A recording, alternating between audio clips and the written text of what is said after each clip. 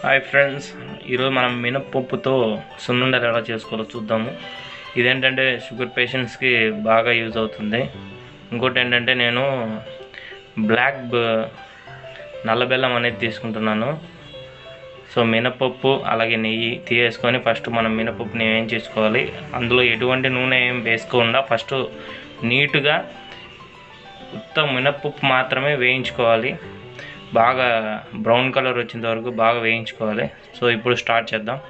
అలాగే మా చిన్న రిక్వెస్ట్ ఏంటంటే మా 3 Monkey Boys YouTube channel subscribe చేయండి, షేర్ చేయండి, లైక్ చేయండి, అలాగే కామెంట్ చేయండి.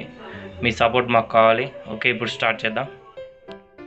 మీరు 3 cups మినపప్పు తీసుకుంటే ఒక బెల్లం ఉండ తీసుకోవాలి.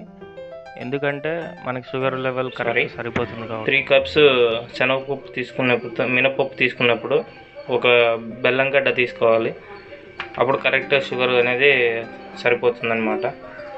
మనం లో ఫ్లేమ్లోనే మినపప్పుని బాగా వేయించుకోవాలి. లేదంటే ఎక్కువ మంట పెట్టేస్తే లోపల అనేది మినపప్పు ఉడకదు. కాబట్టి లైట్గా మనం మంట తగ్గించుకొని వేయించుకోవాలి దోరగా వచ్చేంత వరకు. మీరు చూడొచ్చు ఆల్మోస్ట్ ఇవి వేగిపోయాయి.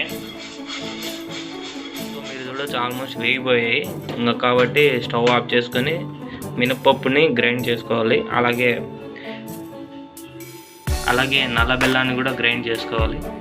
2 కలిపి కాదు, విడిగా చేసుకోండి. దాని తర్వాత మిక్స్ చేసుకోండి, మళ్ళీ గ్రైండ్ చేసుకోండి, బాగుంటుంది. చూడండి ఫ్రెండ్స్, ఇలా కొంచెం లైట్గా బరకగా ఉండేటట్టుగా చూసుకోవాలి. లేదంటే ఎందుకంటే మరీ మెత్తగా ఉంటే తినడానికి అలా బాగోదన్నమాట. ఎందుకంటే కొంచెం పళ్ళ కింద పడిన తర్వాత క్రిస్పీగా ఉంటే కొంచెం బాగుంటుంది కదా. సో అందుకు కొంచెం లైట్గా బరకగా ఉట్టుకోండి.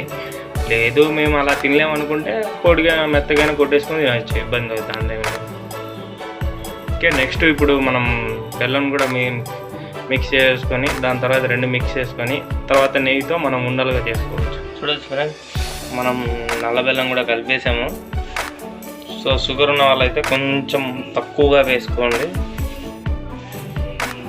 షుగర్ లేదనుకుంటే మనం బెల్లం ఎక్కువ వేసుకోవచ్చు. సో బెల్లమే ఎందుకు యూస్ చేస్తున్నా అంటే చక్కెర కంటే మనకి బెల్లం వేడిని తగ్గిస్తుంది కాబట్టి, సో అందుకని నేను బెల్లం వేసాను ఫ్రెండ్స్. సో ఇప్పుడు మనం నెయ్యి వేసుకొని అయినా కలుపుకోవచ్చు. లైట్గా నెయ్యితో పాటు కొంచెం పాలు యూస్ చేసి అయినా మనం వీటిని ఉండలుగా చేసుకోవచ్చు అనమాట. సో మీరు ఫ్రైస్ దీంట్లో కొంచెం యాలకల పొడి, సో ఇది కూడా మిక్స్ చేసుకున్నాం.